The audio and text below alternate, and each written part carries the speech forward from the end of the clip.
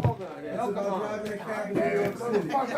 Hey, fuck, please. Some nights I feel like a prostitute, and my pimp is a dispatcher. 20 to 30 people get in and out of my cab at night. Some want to bed me. Some see me as their therapist. Some see me just as a disposable object. Some have disdain for me and want to kill me or rip me off. Others want to tip me really well for good service. I see many of the same faces all the time, but because so many times people ride me, I can't always remember what their fetish is or how they want to ride me. I go to all the crack spots, all the cat houses, all the hoods. I pick up little old grannies, yogis who talk about yoga mats and colonics. Off-duty cops who drink beers and snort lines in the back of my cab. I see someone getting head in the back seat of the rearview mirror.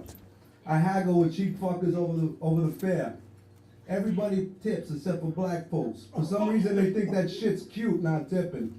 I mean everybody fucking tips. From Hasids to Hispanics, drug addicts going to score, wasps coming out of social clubs that exclude Jewish people.